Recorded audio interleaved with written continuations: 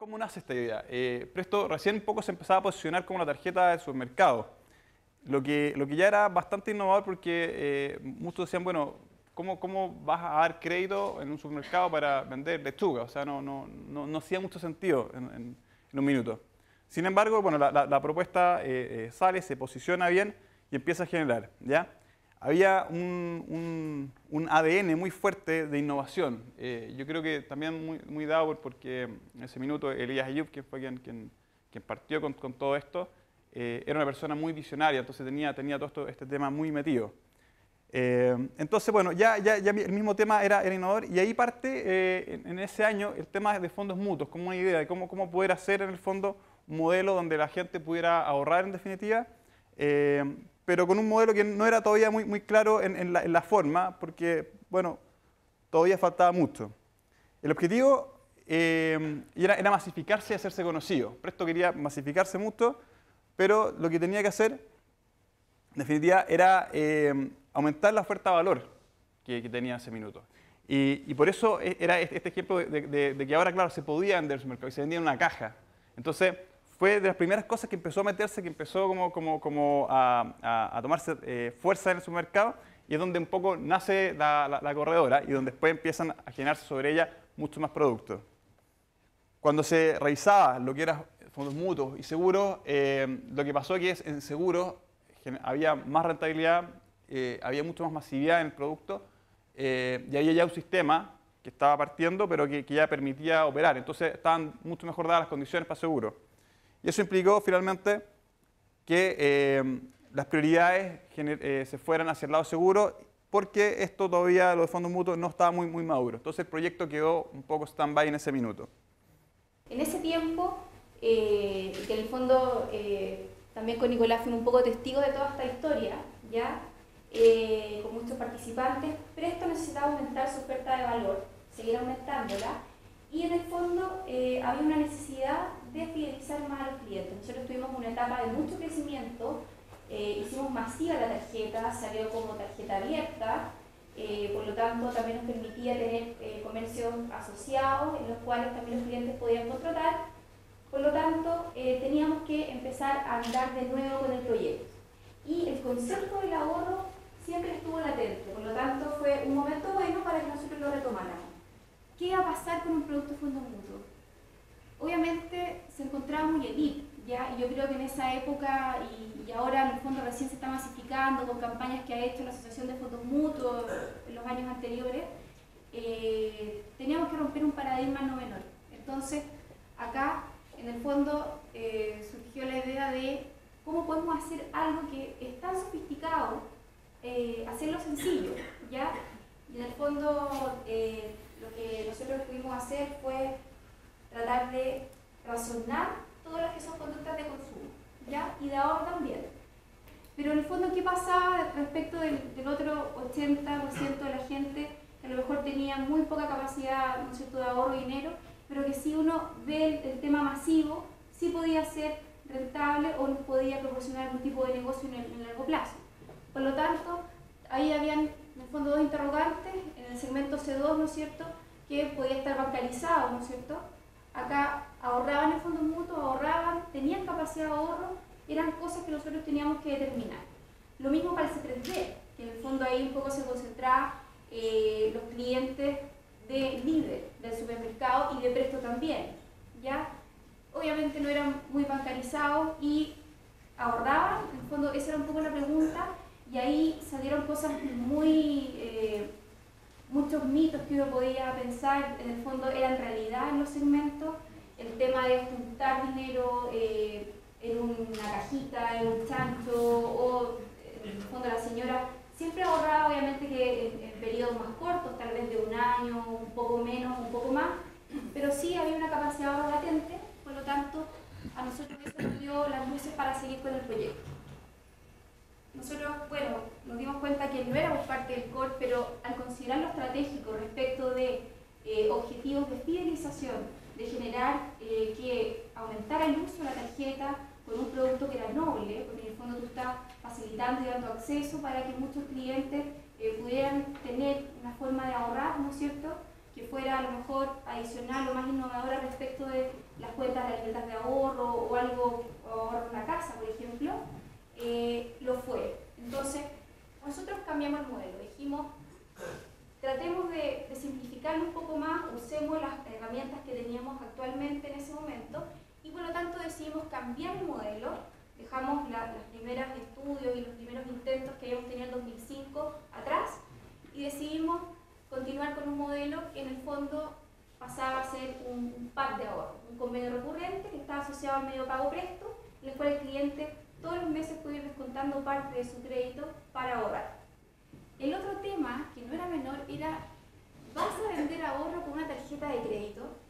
Entonces ahí claramente uno dice, oye, esto puede ser casi que contraproducente. En el fondo los clientes que van a pensar, van a cobrar intereses y en el fondo para permitir ahorro.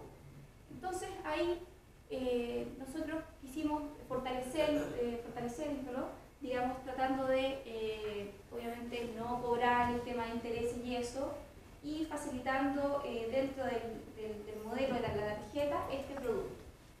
Había mucha resistencia interna para hacer este proyecto. O sea, si uno lo hubiera pensado, era muy difícil que saliera. Entonces uno se pregunta, bueno, ¿por qué salió? Porque el gerente general no solo estaba comprometido, estaba decidido a hacerlo. Y dado que eso ocurrió, se pudo generar. Pero había resistencias corporativas dentro de la empresa. O sea, habían todos los problemas habido por haber. Un modelo que entiendo que no existía en la super de Banco El Giro. O sea, había que crearlo en definitiva. Entonces, era muy complejo de realizar, pero hubo una decisión al más alto nivel de hacerlo. Y gracias a eso un poco pudo surgir. Pues si no, la verdad no hubiera tenido ningún puerto la idea.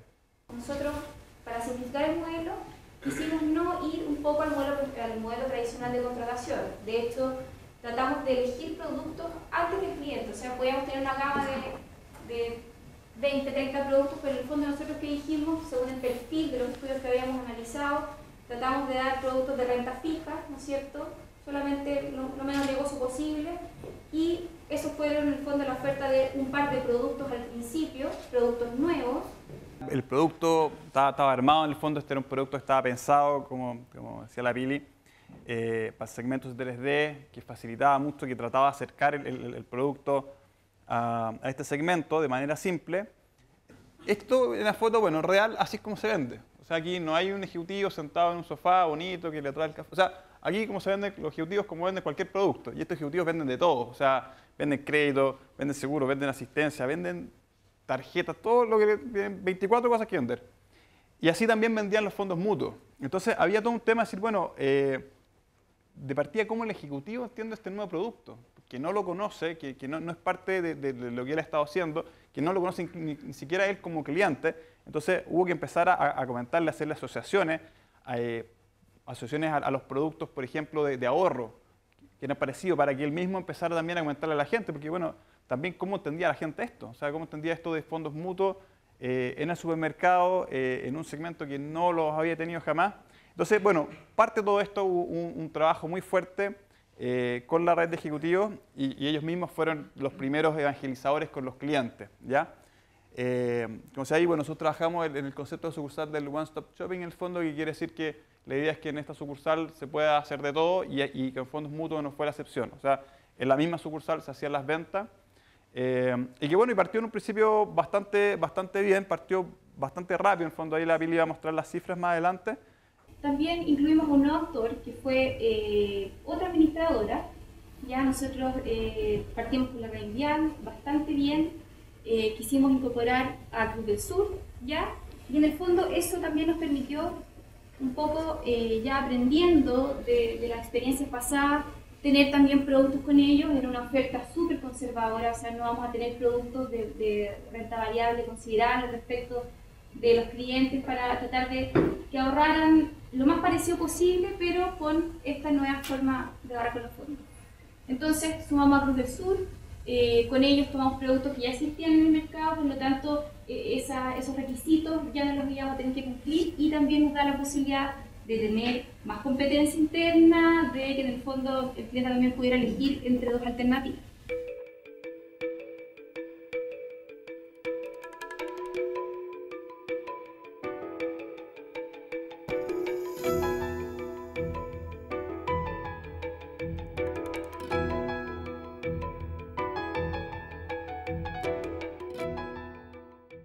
Entonces, uno tiene estas líneas punteadas, son todas las funcionalidades o performance que un cliente puede absorber de un producto. O sea, y ahí es un abanico en el fondo porque hay clientes que se ven satisfechos con ciertas características de los productos o gente que necesita un poco más, ¿ya? Y ahí están los típicos, los que son más early users en el fondo, que son los primeros que toman el producto, o gente que es mucho más simple. Entonces, esa gama es donde los clientes logran absorber los productos. Y que es donde trabajan las empresas, generalmente las empresas más grandes, que trabajan todos los desarrollos de productos para irlo mejorando cada vez más, ¿ya? Donde están siempre las competencias muy fuertes. Y acá básicamente uno tiende a ver a empresas tecnológicas en general, no necesariamente, pero tecnológicas. Un Apple en algún grado, Apple se pasa también para otros lados, pero los LG, los Sony, los Samsung, que siempre están en el fondo mejorando un producto y haciéndolo cada vez mejor e innovando sobre características de un mismo producto. Esto también se conoce harto como las innovaciones disruptivas, ¿ya? ¿Dónde uno ve esto? Es cuando se genera un producto o un servicio que genera una nueva necesidad. O sea, las necesidades siempre existen, pero genera un consumo no existente, ¿ya? Y aquí el fondo es como se junta con estas teorías de los océanos. Aquí es donde se entran a los océanos azules. Aquí es donde no hay competencia, donde las empresas entran en un nicho no existente de no consumidores que empiezan a generar este consumo no existente. Aquí hay miles de ejemplos en el fondo. Uno que a mí me gusta mucho es el de Wii, y acá Shigeru Miyamoto lo traduce bastante bien. Dice, el concepto general era que el poder no lo es todo por una consola, ¿ya? A ver si aquí está PlayStation, la Xbox peleándose por quién hacía la consola más rápida, con más poder, con mejor gráfica. Esa es la lucha que se da en las consolas. Dice, bueno, demasiadas consolas poderosas no pueden coexistir. Es como tener solo dinosaurios feroces. O sea, ellos podrían luchar y adelantar su propia extinción.